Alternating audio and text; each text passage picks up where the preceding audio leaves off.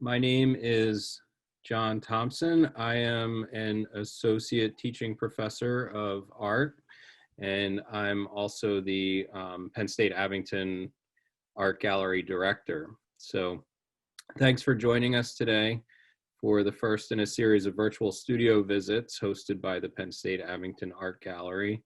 The series that you're watching the first of here is the first in a series of virtual programs that stemmed from a discussion within the Division of Arts and Humanities to host events that address contemporary topics and issues. So today our focus is the revisioning of monuments in America, particularly in light of the relocation and removal of Confederate statues and more locally statues like the one of Frank Rizzo. Today we're joined by Lewis Colburn, a Philadelphia-based sculptor and associate professor of sculpture at Drexel University.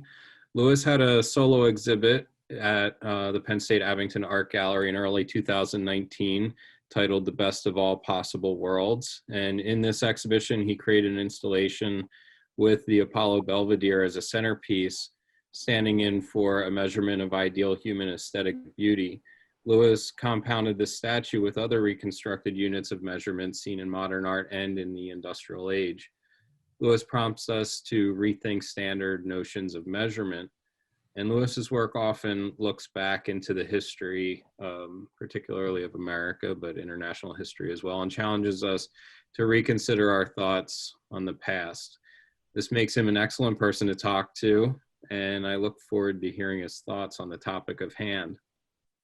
Also joining us today is Dr. Shan Holt, who I'll turn things over to shortly to provide context.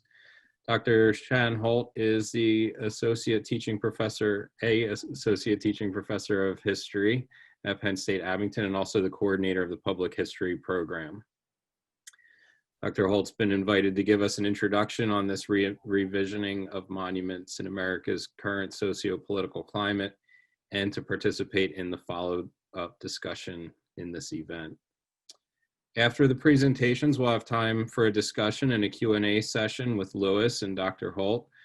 We hope to receive plenty of questions from the audience, and I'll be the one monitoring the Q&A window during this session. Audience members are welcome to submit questions in the Q&A window while the presentations are happening, and we'll do our best to address every question following the presentations.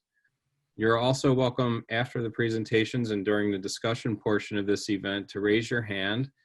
And if you would like to ask a question audibly, we'd love to hear from the audience directly and be able to engage in dialogue.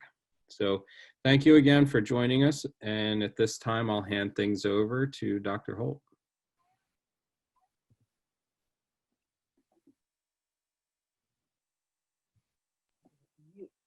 Hello, everyone.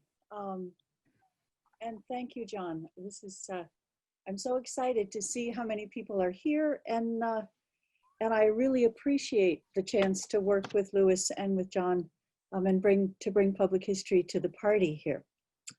A couple things on the meaning of monuments. If we look at the Greek word that's behind the word monument, the purpose of monuments seems to be to remind, to advise, and to warn us. And I think that that offers some interesting possibilities, a way of looking to the future on the legs of the past. The essential quality of monuments is that they are durable. They're durable symbols of civilization, whether we're talking about the pyramids, the ancient Buddhas, Easter Island, the Mayan cities, or the Washington Monument. Monuments are a tool that humans create to tell our civilization's stories, not just to ourselves, but to strangers, to our leaders, to conquerors, and to each successive generation. The irony of monuments is while they are durable, they are also changeable. And I'm showing you two here, two monuments to Abraham Lincoln, just to show you a little bit about what time does to a monument. On the left here is a monument that was put up in 1876 in Lincoln Park on Capitol Hill in Washington, D.C.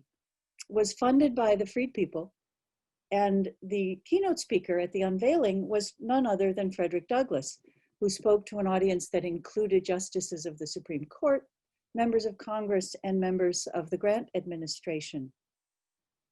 This statue, which was heralded at the time, has become controversial in the years since because of this kneeling freedman and the hierarchy of race that that implies. But that was fine in 1876. Here, in 1822, on the right-hand side of the slide, is the other much better known monument to Abraham Lincoln, which is crucially not a monument to Lincoln the Emancipator, as the 1876 one was, but a monument to Lincoln the Savior of the Union. On this monument, there is a column for each and every state, including the Confederate states, Confederate and Union states alike. This dedication was attended by veterans of the Confederate Army who marched in behind a drum.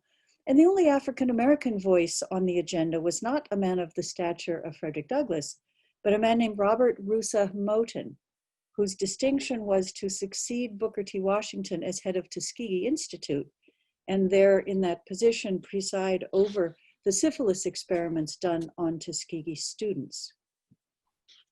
So we have a big change. Same guy, same event, completely different monument. The reason that monuments are changeable is because they're durable. Monuments last, but history changes. And so the monuments need to be adjusted at different points to reflect the changing sense of national narrative, national story, what we're proud of and what we're not proud of. Here on the right is a painting of the pulling down of a statue of King George III by a colonial mob. They pulled it down. They didn't just pull it down. They melted it down and they made bullets out of the metal. And we as a nation are sufficiently proud of that, that there's a version of this picture in our new National Museum of the American Revolution downtown. Over here on this end is an athlete making the fascist salute that stood in front of the Amsterdam Olympic Stadium and was recently removed. Here is a picture of a group of Russian citizens who've just taken down a statue of Joseph Stalin, as Stalin's, in the 50s, as Stalin's star was in eclipse, to say the least. So it's not just us, and it's not just now. That's part of what I want to say. We change our monuments because we want them to keep up with our changing sense of national identity. Which brings us to the Confederate monuments. The Confederacy has the distinction that though losing the war, they won the peace. And they kept the meaning of the Civil War unsettled and they have now for a century and a half. But the statues that we're seeing that are so controversial were not raised to honor the Civil War. The South didn't have the money. They were way too broke at the end of the war to spend money making statues. These things went up in the 1890s and the 1900s. And they were deliberately designed to use the Civil War as a screen, an honorable screen, behind which to institute Jim Crow segregation. This was a period when Black men were disenfranchised by poll taxes and by, what's the other word? Literacy tests, that's the thing I'm looking for. And by lynching and intimidation. This is the period when the land theft begins of the 6 million acres that African Americans have acquired since emancipation, being transferred back into white hands by various legal and illegal means. And these statues, this is also Plessy versus Ferguson, the separate but equal Supreme Court decision that legally segregates education, transport, lays the foundation for water fountains, all of that stuff. And so this is what's happening, and these statues go up in order to create an atmosphere of intimidation, to communicate to Black Southerners that this is for this town, this community, this state, this nation is for white people, not for them. And they get the message. This is the same time that begins the great migration of African Americans who hear that message and leave the South in droves. Migration that starts in the late 1890s and carries on until into the 1970s. So these monuments, I'm very much in support personally of taking them down the same way we took down King George, the same way the Russians took down Stalin, the same way that the Dutch took down the fascist athlete, because I think it's time, long past time, to leave the whole Jim Crow nonsense behind us. And I think if we don't take these statues down, if we buy that this gauzy facade of the Civil War and continue to ignore the Jim Crow meaning, the actual meaning of them, which is Jim Crow, then we're going to continue to have this unsettled and unpleasant message. At the same time, I'm in favor of them being put into museums and interpreted, as long as they're interpreted as Jim Crow and not as the Civil War, because they really weren't the Civil War. I don't have a problem with statues of flawed human beings, because there's no other kind of human being. That's the only kind of human. That's the only flavor we come in, is flawed.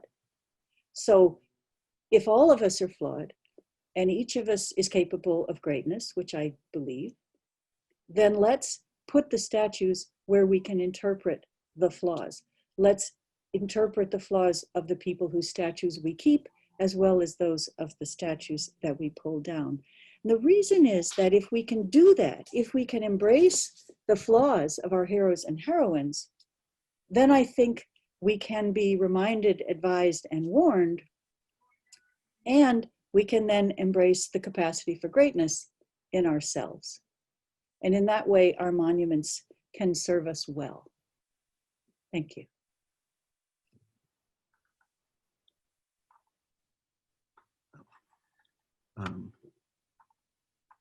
John, should I just hop in at this point? Yeah, sorry, I was unmuting. Yeah, so we'll hand it over to Lewis now. Thank you. Thank you. Shan, Dr. Holt, thank you so much. That was a really wonderful and thoughtful introduction, and I feel a little daunted to follow it, but I'm going to do what I can. So let me just get my screen shared here. And okay. So here we go. So what I've done today, John presented this to me as sort of a virtual studio visit. And first off, I want to say again, thank you, John, for inviting me. Thank you, Shan, for that wonderful context on particularly the Confederate monuments, which is so relevant right now. And thank you all for joining us today as attendees. So what I'm going to do here is perhaps a little bit less didactic, but give you a quick introduction to a few recent works that I've produced that do dovetail a bit with this language of monuments. And then I want to talk about two pieces that specifically deal with this monumental language that I've produced in the last couple of years. And then from there, I'm going to show a couple images of a monument that's been pulled down, as well as a video of it being pulled down that I found really kind of visually compelling. And hopefully that kind of sparks our discussion after the fact, right? So let's begin here. This slide, this is a piece that I recently produced. This was actually during the quarantine. And it's called There Are No Miracles Here, Laocoon / Flamethrower. And if you're not familiar, you may have seen in our history class, the Laocoon is a really iconic ancient Greek sculpture that depicts this older man trying to prevent himself and his two sons from being pulled into the sea by serpents, right? It comes from the Aeneid. But it's an iconic work of sculpture because the torso is just sort of, well, the whole figure has a tremendous energy to it.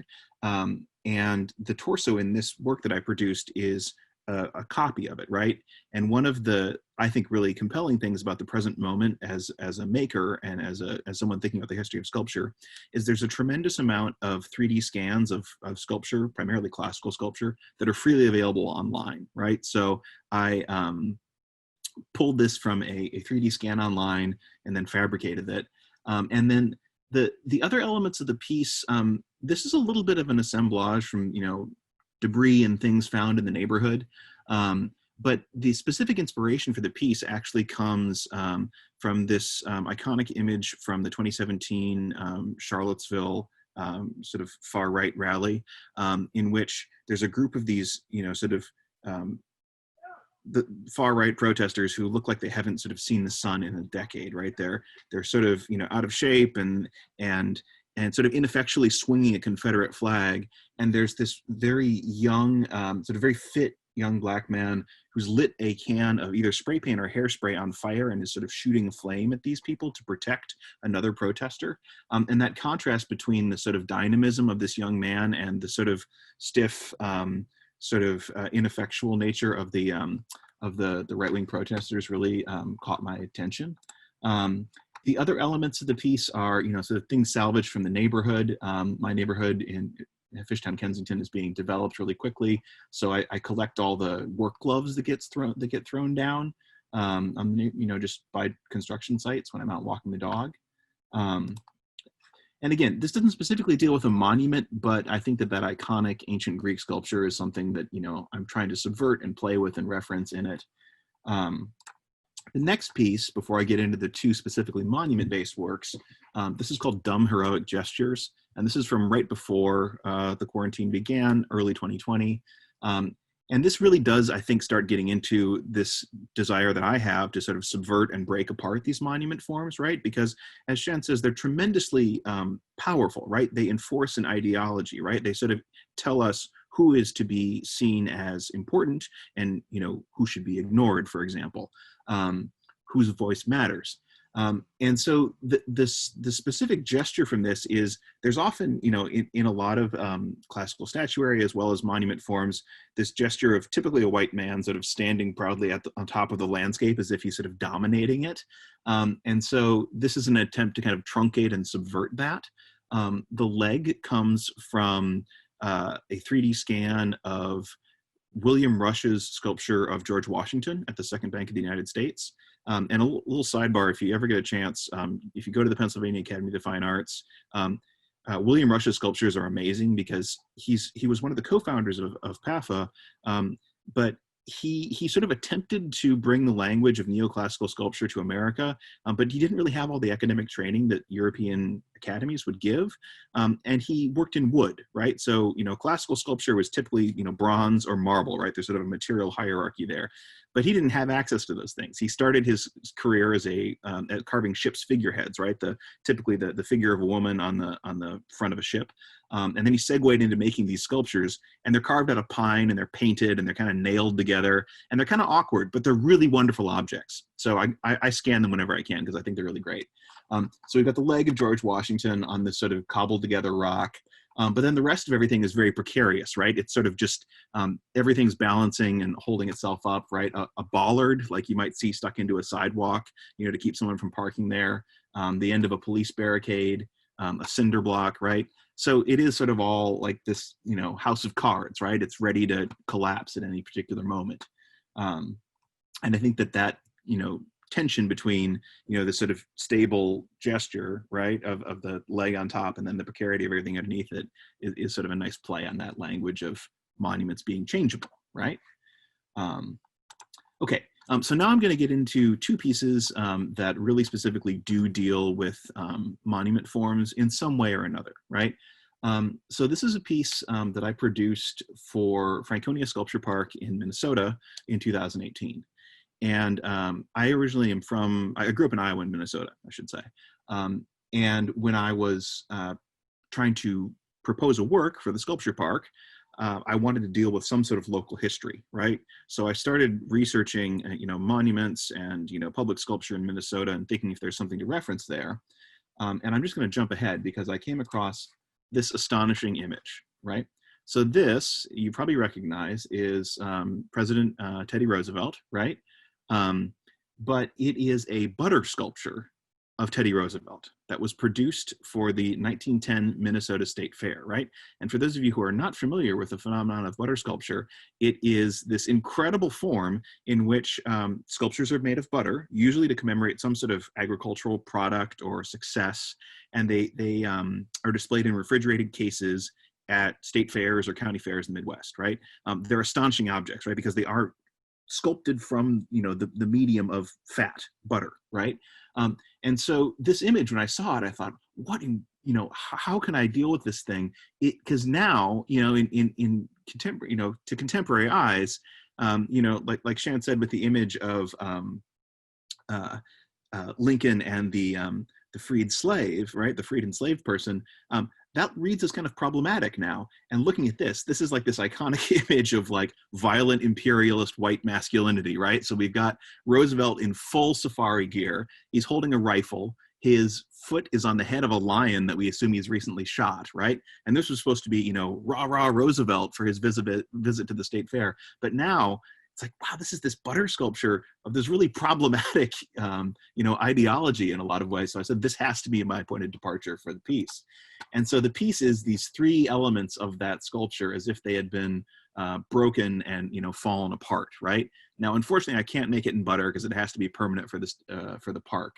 So it's concrete and steel tinted to look like butter.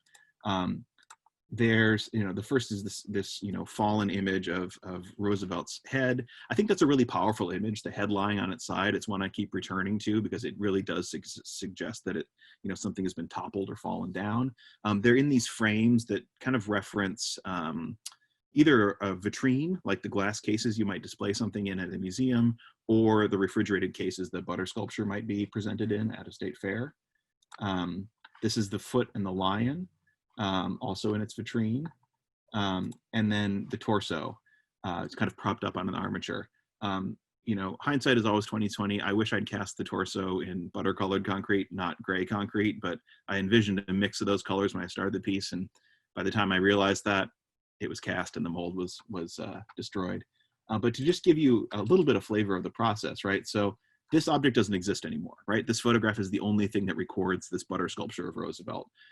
So the way I ended up doing it was to model a copy as best I could by hand, as you see here on the right, 3D scan it, and then I kind of virtually composited in a scan of another sculpture of Roosevelt's face, because I don't have a background in figure sculpture, and I would make a hash of it if I tried to sculpt Roosevelt's face.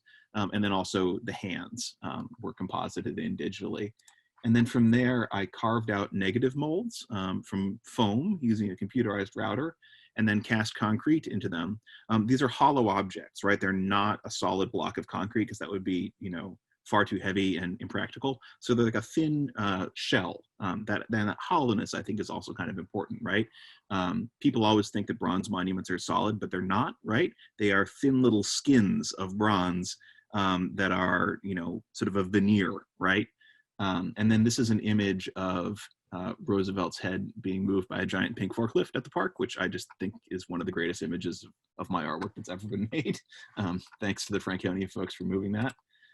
Okay, and then, so that's on view at Franconia Sculpture Park, I guess until they decide it degrades too much to not remain on view anymore. But it does, I think, a nice job of tying in a sort of local history, because the Minnesota State Fair is a really big deal still in the state.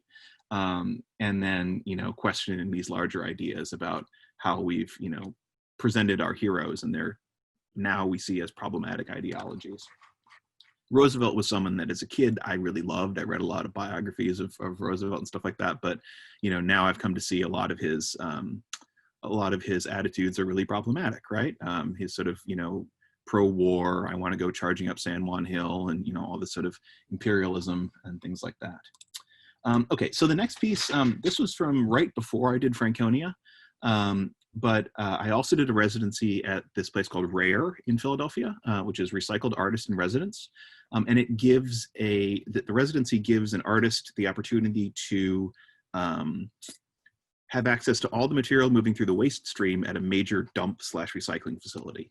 And so one of the things I ended up doing, I proposed work based on monuments because I'd been really paying attention to the Confederate monuments being removed even before that really accelerated after the killing of George Floyd this past summer. And I love these images of the monuments, you know, being craned off of their pedestals at night, and there's, you know, lifting straps and, you know, people with hard hats. They're astonishing images because this very solid permanent carrier of meaning is now being changed and removed, right? So one thing I did at Rare was I was lucky enough to get a bunch of plywood, and I said, can we just do, you know, on a Sunday when the tipping yard isn't operating, can I make a big obelisk and knock it over? So this doesn't exist anymore, right? It's just a series of photographs. So photograph 1, this is a 26-foot tall obelisk made out of plywood. Photograph 2, I had a rope around it, just give it a quick yank, and then it continues to fall and kicks up dust and, you know, falls over, right? So this would just be presented as 4 photographs recording that thing, right? It ceases to exist as an object.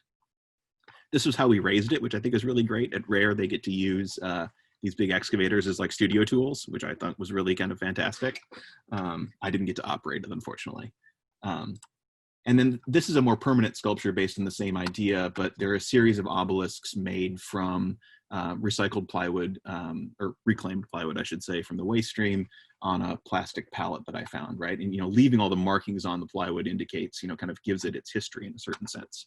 Okay, I'm running a little low on time, so I'm gonna hop forward to an image of a work that's ready to, that I wanna use to start discussion, right? So this is, if you haven't seen this image, in 2017, after the big Charlottesville Unite the Right rally, a group of protesters in Durham, North Carolina, pulled down a Confederate monument. And this is the resulting monument, right? I love this thing because it's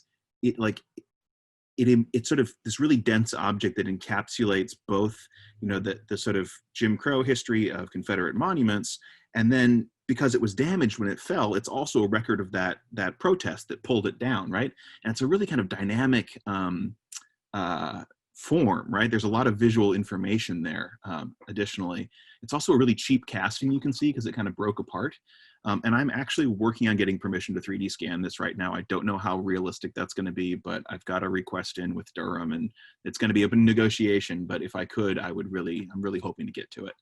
And the last thing I'm going to show you to get our discussion going, this is just about 45 seconds of the video of this monument coming down, right? Which is a really pretty compelling thing to see. So let's see, here we go. Good, it's working. All right. And I'm going to mute it just so we're not distracted. But you can see this person has gotten a ladder and is getting a strap up around the sculpture.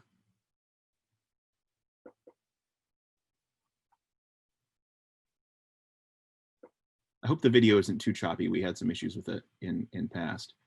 And then here we go. It happens so quickly.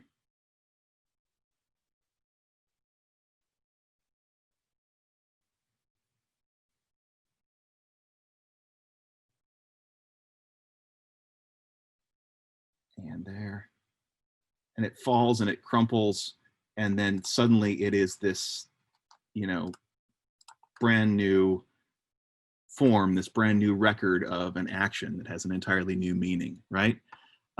Okay, so I am, I guess, unfortunately 40 seconds over, so I'm gonna stop sharing my screen, and apologies for running over a little bit. And we'll turn it over to discussion mode, I guess. Yeah, so so far we do have one question. I've got one to kick things off as well that kind of responds a little bit to the video that you just showed, the object. And it's really interesting that we can think of monuments as both sculptural objects and the embodiment of an idea. So Lewis, I thought it was really interesting the way that you kind of talked about the quality of the casting as an interesting facet of the object, but also talking about like kind of the importance of the conceptual content of it. And I'm wondering if sort of in general, you can talk about that as far as things that sort of bridge this gap between monument and sculpture. And then we'll move on to other questions. Sure. Well, obviously, okay, so many monuments, again, I use the term sculpture broadly, right? Many things can constitute that. And I think now we're at a point where those two things can maybe diverge a little bit more, right? A lot of sculptural objects can exist without participating in any of the language of monuments. But to me, the monument in Durham, what's so fascinating about it is that it's sort of a record of it. It's both a sculpture to begin with, right? It was inarguably a sculpture that depicted, a Confederate soldier. But it's sort of it's both a record of an action, right? It records the fall, and a record of that particular moment when it occurred. And then, of course, the other thing about it, we see how thin that veneer is, right? If you saw the image of its cuff where it broke, the fact is that, and this is the most amazing thing about a lot of these monuments to my eye, is that a lot of them were really cheaply made, right? They were not, a lot of the, in particular the Confederate monuments in sort of smaller towns, they were not bespoke sculptures, right? They, for example, if we think about the Lee sculpture, the Lee monument in Richmond, which is going to be removed, I believe, that's, sort of made custom as an individual object, and it's the only one of its kind. But there were catalogs in the late 19th century where you could order, for $5,000, you got, the standing soldier, and you could pick the positions of his hands, right? And honestly, if you were in the North, you could get him with a different hat and a different belt buckle, same cost, right? They were mass produced. And so that was a really cheap casting that we saw there. And actually, having read the reports about that sculpture in Durham, the person who was pushing for presenting or for having that sculpture installed in the 1920s was very disgruntled over the fact that they ended up going with a cheap one. But that's fine. He should be disgruntled. He was a horrible Klan member and all that other stuff. But yeah, does that at all answer that question, John? I think. I think it kind of continues that dialogue. I have a question from a student that is pretty much about your process, and this came before talking about rare, so I think maybe they got a little bit of an answer here. But the question is, do you usually find use in what other people call trash, and why do you do that? Sure. Well, so it's funny because I was never the artist who felt like I was the one who could work with debris, right? I always wanted to be, much more in the realm of craft and, working with materials in a way that they were supposed to be worked with. But lately, I think partly it's just sort of economic, right? I work with what I have at hand, and I am, a bit of a pack rat and collect things. But now I think that there's also a sensitivity to the idea of an object as a carrier of meaning and a carrier of its particular histories, right? And I think that ties into the idea of, my interest in the Durham monument, because, as things move through time, they accrue, dents and dings and nicks, and those are all kind of records of what's occurred to them, right? And I, when Shan and John and I were sort of preparing this, we got into a big conversation about, the fact that, say, a historian of the future is going to find out a lot more about our culture by looking at our trash than what they would find out by, the things we record and say are important, right? Because that casts a much broader net, right? So right now I'm an opportunist, right? When it's right to work with new material, I do that. But when I have other things at my disposal, particularly when I'm just sort of making works that are in the studio as opposed to for a particular opportunity, I will use things that I have on hand.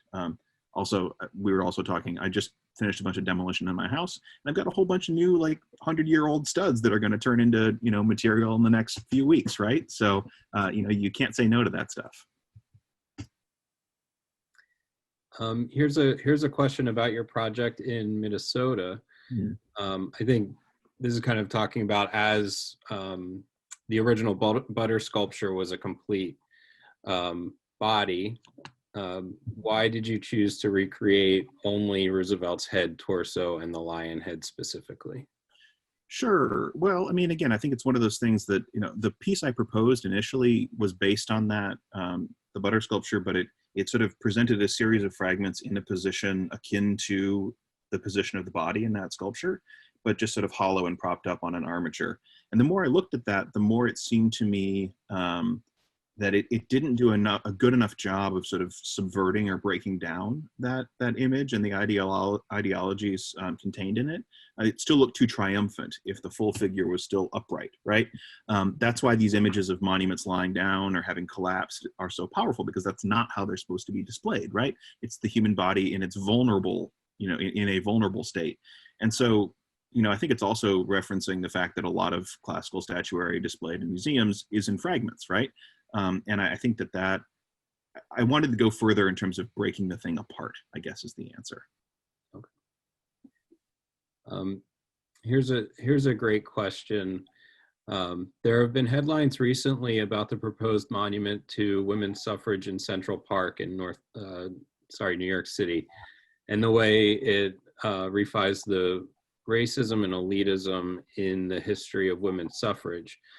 So are monuments inherently conservative in some way, or must they always literally give form to a certain narrative of history? Or is this just figurative monuments? Okay. Sharon, do you want to take that on first? I have some thoughts, but. No, I can take that on. Yes and yes. I don't think in certain ways that's an either or question. Because monuments represent the stories of our civilization, however we choose to tell them, they are always conservative in the classical sense of that word. They are always trying to preserve some vision that we have decided as a group is an important vision of who we are. So yeah, I think that the other thing I think is that we make them out of these permanent / semi-permanent materials, and just gonna break frame a tiny bit here. That first image that I showed you of the Native American sculpture stretching across the Battle of Little Bighorn, that's a protest sculpture against the kind of bronze and concrete and permanent and tightly focused narrative that the National Park Service was able to offer as a reform when they moved at Little Bighorn from calling it the Custer National Battlefield to calling it the Little Bighorn Battlefield. They created a new monument with more bronze plaques, but with only 50 words per plaque, representing different Native groups that were there. But the Native groups that were cooperating did not feel that that permanent format really told the story. And when they designed their own, and they constructed it out of rebar, which is absolutely, just the outline. And they did it partly so that as you look through the sculpture, you see the landscape that they were fighting for. So I think the permanent, semi-permanent thing is a very Western notion of how to preserve memory, how to elicit memory, stimulate commitment. And there are other versions of it known in the world, and that Native monument shows us something else. Go ahead, Lewis, you've got more. No. I mean, I want to loop back to the reference to the women's suffrage monument that was just installed in, because that was I'm sure the person asking the question knows that was the subject of a tremendous series of controversies, right? And it ended up being sort of, I think, designed in a way, by committee, and I think that, so the critique of it now, because it includes 3 figures who did not historically cooperate, but who all, participated in the women's suffrage movement. Yeah, I don't know that I don't have a particularly articulate response to that particular piece. I think, I'm curious to see where, like how it gets received over time. But it's a tricky one, because it is trying to write these histories more inclusively, right? Which we really need to do, and there may be a tension between, writing these histories inclusively and then, the sort of aesthetic coherence of the object or the factual coherence of the object. And I don't have an answer as to how those things need to get balanced necessarily, but those are some thoughts. There's a wonderful and deepening public history narrative about faking history. Mhm. The crucial thing was in 1970, I think, in Australia, when this really took off, when it was the anniversary of the arrival of Captain Cook to Australia. Mm. And what Australia did as part of the beginning of its civil rights movement in the reestablishment of Aboriginal dignity and rights and land rights and that kind of thing, they actually created a fake moment. They reenacted the landing of Captain Cook, but they acted it as it should have been, where Cook sends to the delegation of Native peoples on the shore and asks permission to land, and he's granted permission to land, and it just set off this explosion in public history because it wasn't accurate, right? It wasn't accurate. But what it does, and I think what this suffrage sculpture does, is it highlights, in a lot of ways, back to the concept of flaws, it highlights what was wrong with our history. It doesn't say this is what happened. It highlights what was wrong, and it invites people to appreciate how since then some things have become better, or how in future, as we move toward women's rights, we need not to be the same racist, homophobic idiots that we were in the 60s and 70s. And I think it tells that story, so that in a lot of ways, your concept of the bronze veneer is useful here. There is a fictitious veneer that makes the monument represent our best aspirations, but not necessarily our achievements. And I don't think that that's a wrong move, given the durability of monuments and given that we are trying to remind, advise, and warn. That veneer works for me. So I have, is it okay if I ask the next question, Lois? I didn't want to, okay. So this is a really wonderful student, a question from a student that I think bounces off of that, talking about either the veneer, but also kind of the permanence of things. Some monuments can't be taken down, like Mount Rushmore, with a lot of its problematic history really coming to light and people paying attention to it now. How should people view it?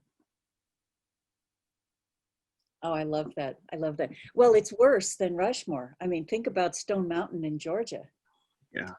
Which is the same, the same sculptor started working on Stone Mountain and then ran out of time and money. The United Daughters of the Confederacy didn't have the money to pay him to finish it. But Stone Mountain, I will come back to Rushmore, but Stone Mountain was actually finished between 1964 and 1970 as a direct challenge and rejection of the civil rights movement and of desegregation. So but it's Lee, Jackson, and Davis. So it's the Confederates, but directed to cast hate and shade on civil rights. So it's just transparent what's going on there. Rushmore is a really, really tricky problem. But again, and I don't mean to be reductive here, but what it all comes down to me is not so much, you might hate me for this, Lewis, it's not so much the object that's there that tells the necessary story. What tells the necessary story is the interpretation of that object and how visitors are encouraged to understand the meaning of that object. So I think it's perfectly plausible to tell the story of Mount Rushmore as the way that the United States represented itself in the early 20th century as the conqueror of the West on the one hand and the conserver of the West in the figure of Teddy Roosevelt. But that self-representation was fraudulent, and we no longer represent ourselves that way. But that monument is a monument to a particular vision of the United States. So I think that that's acceptable. I'm less comfortable with Stone Mountain because it was so clearly a Jim Crow effort. I would just as soon see them dynamite that down. But if they don't, we can do the same interpretive trick on that. Mm-hmm. Yeah, I mean, I guess, so my initial response to that comment as a maker is, well, Mount Rushmore could be taken down too, I mean, with enough, and again, I'm with you in the sense that I think I agree entirely that, it is a matter of presenting the full narrative and contextualizing it. I mean, I think, the hardest thing is that, what you were, saying at the end of your introduction, was that everyone's flawed, right? And if we acknowledge the flaws of all the people that we represent in these monuments, then we can do the hard work of sort of, considering who we are and how we can be better people and work together in a better way. And that kind of complexity, right? Whether that's contextualizing something that has a problematic history, openly, and not in a veneered over way, or, really reflecting on the flaws of these people that we are representing. That's work that I think we are increasingly less willing to do as Americans. And I think that's the really profoundly troubling thing to me, is that, having conversations like that are and I am, all for iconoclasm when it comes to, the Confederate monuments, pulling those down. But I think bigger picture, having these more nuanced conversations is,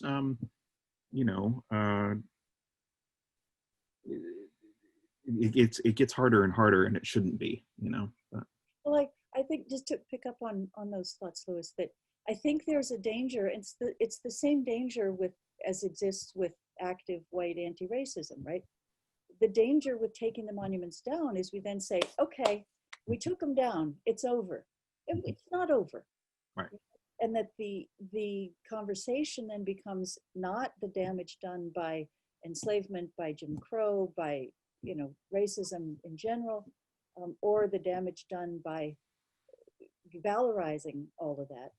It becomes, aren't we wonderful that we're so woke, we're so far ahead of the curve. And that's, I think, a damaging and silencing conversation too. So I just to pick that up. And I would also say, it's not so much just a matter of telling the full story of Rushmore or Little Bighorn or Stone Mountain or any of this stuff. You have to tell a critical story. You have to be willing to say, okay, these went up to celebrate Jim Crow, to impose Jim Crow. And yeah, Jim Crow's wrong. That was an error, right? That was not good enough for the nation that we aspire to be. In the same way, back to the suffrage sculpture. Yes, we got women's suffrage, but Black women were made to march at the back of the parade. Ida B. Wells refused to do it. Hooray for her. But that was wrong. That wasn't just the larger picture. That was an error. And in a lot of ways, we pay for those errors in a compounding and accumulating way, both in our ability to make social and racial and social justice progress, and in our ability to enjoy our own history and revel in our own history. So, yeah, no, absolutely. And the monuments are fundamentally symbols, right? And getting rid of them is easier than doing the work of creating a more just and less racist society, right? Right. I want to do, John, can I share screen again just briefly? Sure, briefly. We have some audio questions coming. Okay.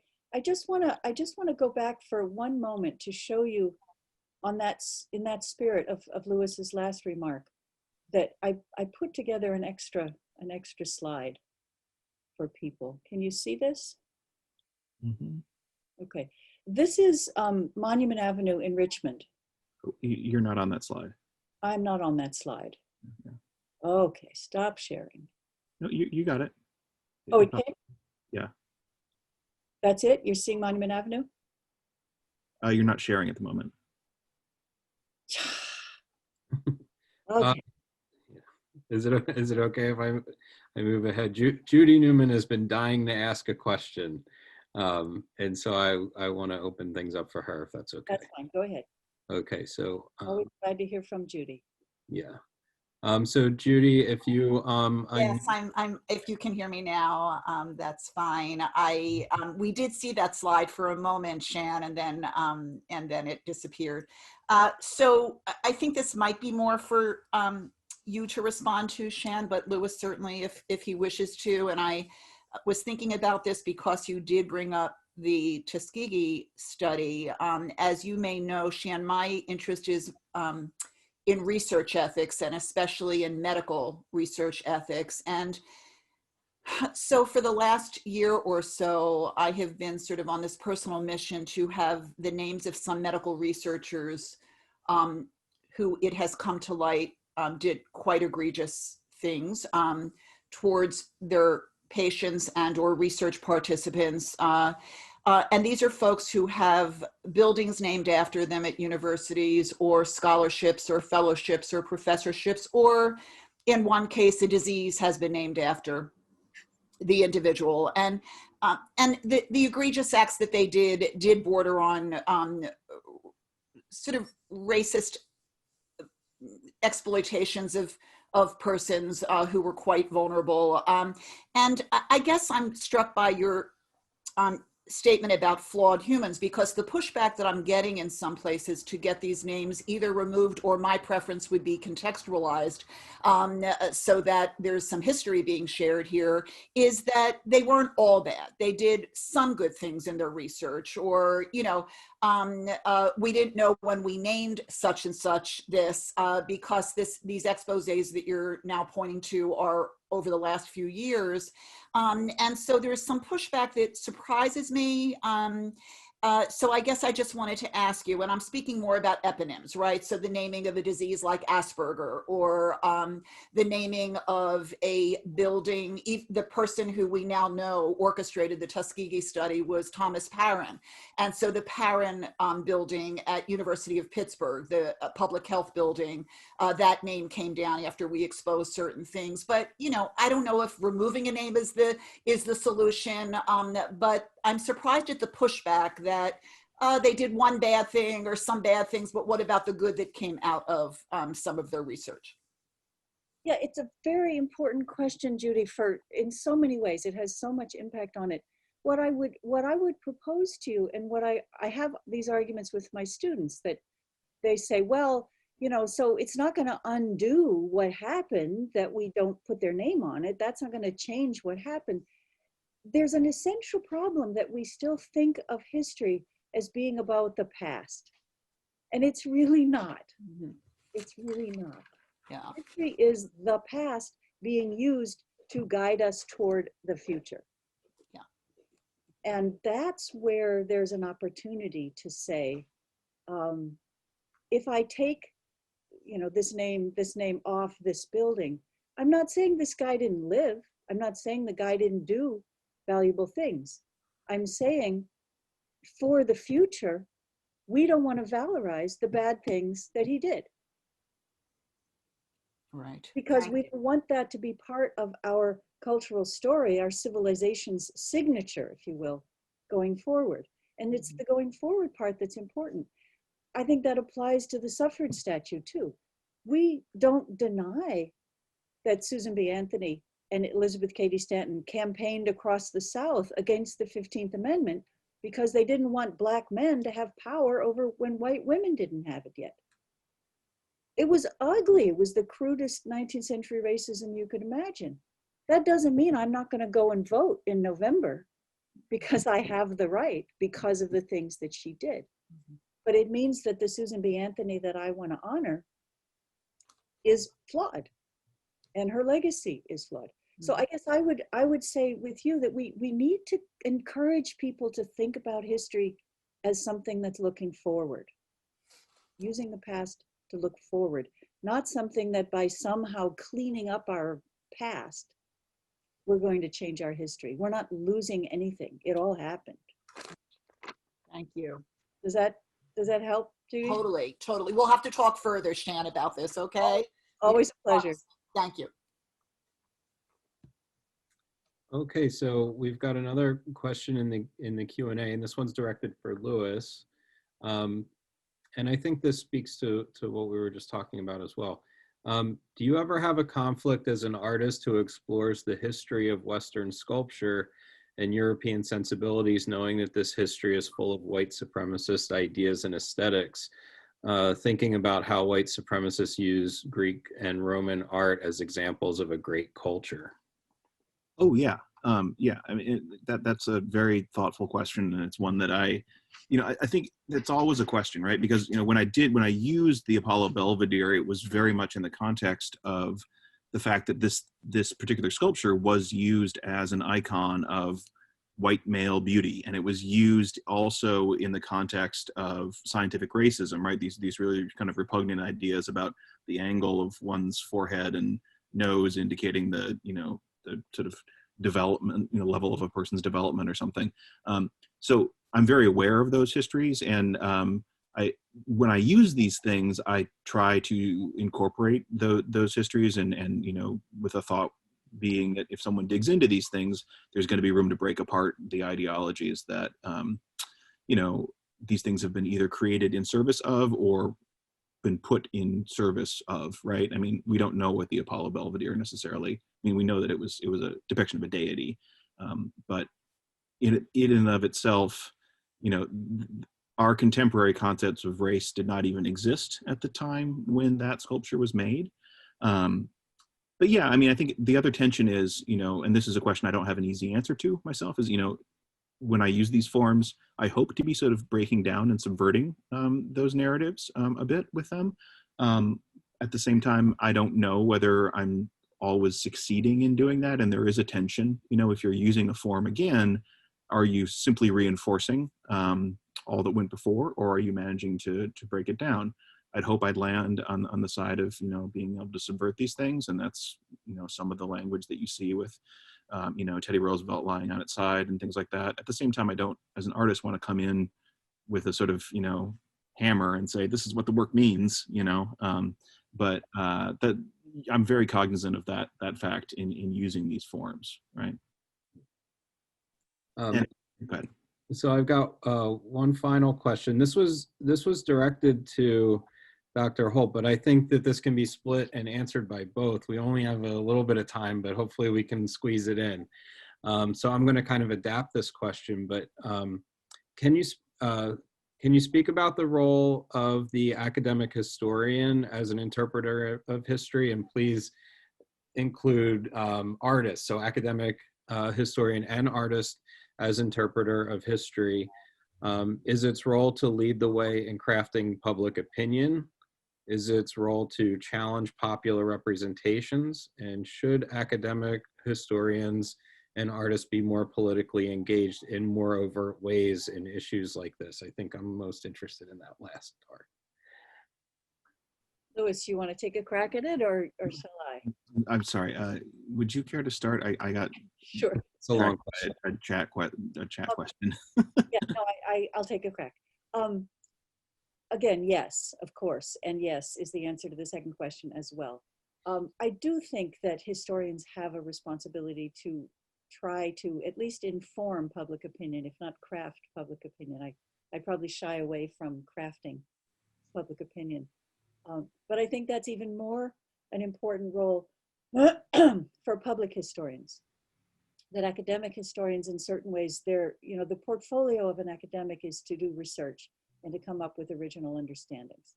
The portfolio of a public historian is to take that scholarly work and sort of serve it as a nourishing meal to the public. And that's a task, that's a vocation that I care about passionately. So yeah, I think that kind of engagement, whether it's trying to provide information as we are today on this monuments question, or whether it's raising issues that haven't come up yet in the public discourse, but we think should. I think we have both those roles. Mm-hmm. Yeah, I mean, to build off of that, I mean, I guess, yeah, I agree about the term crafting public opinion is not something I'm not a role that I envision myself necessarily taking on, but I think, you're furthering a discourse, you're asking questions. I mean, I think as an educator, when I'm teaching, obviously I want to teach my students about, all the, making processes and all these other things, but also primarily how to think critically about, where you are in the world, how the world exists, and how we can ideally, act to improve it in some way or another. Now, a lot of artists, and I'm sure I'm subject to this as well, I guess I would say I have some skepticism about art's effectiveness as being a medium just to do that. I think it may raise awareness in some ways or another, but it's, you know, it's not the same as, you know, activism in a lot of ways. So you know, there's a tension there, obviously, but I think it's a both and, right? I mean, you have to do these things. You have to believe that what you're doing has significance in that regard, right? Lewis, just to follow up on that, and I know we're out of time, but you raised something, because I want to give you more credit than you're giving yourself, because I think your use of debris is really vitally political, and the fact that you make really, really interesting art out of the debris is also vitally political. Would you agree, or do you not think so? Oh no, I mean, you're certainly right, and I thank you for your kind words about the work.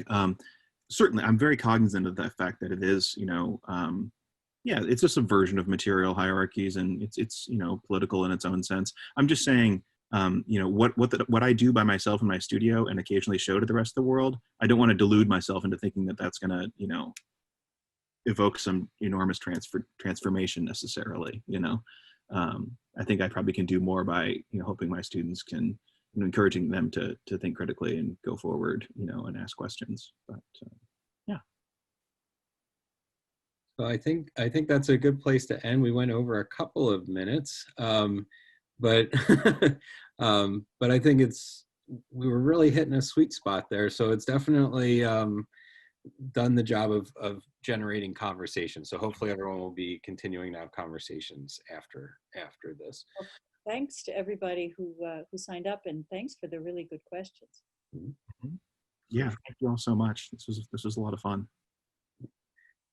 So I have a few plugs here to conclude with. First of all, thank you to everyone for your attendance and participation, and thank you to Dr. Holt and Lewis Colburn for taking the time to provide insight on this subject. If everyone has enjoyed this event as much as I have, I'd like to plug a few things. Dr. Shan Holt will be teaching an Intro to Public History course in the spring. So if this conversation has been interesting and exciting to you, please keep an eye on Lion Path and look for that course when scheduling your classes. And Lewis has some exhibitions coming up in 2021. He's a finalist for the Taoyuan International Art Award in Taiwan, and the award is to be given at an exhibition in March 2021, so keep an eye on that. We're hoping he'll win that award. And lastly, the Art Gallery will be hosting a program similar to this one this coming Monday. As I said, this is the first of several events like this. So this coming Monday, September 21st from 12 to 1, we'll have a program that's titled Creative Work in the Time of COVID-19, which is moderated by Assistant Teaching Professor of Art History, Dr. Katie Mado. And she'll be speaking with art department faculty who teach studio courses about their creative practices during a time of social distancing and isolation. So please join us for that as well. And so those are the plugs. And again, thank you all for attending, and I hope you all have a nice day. Thank you all so much. Thank you, John. That was fun. Mm-hmm.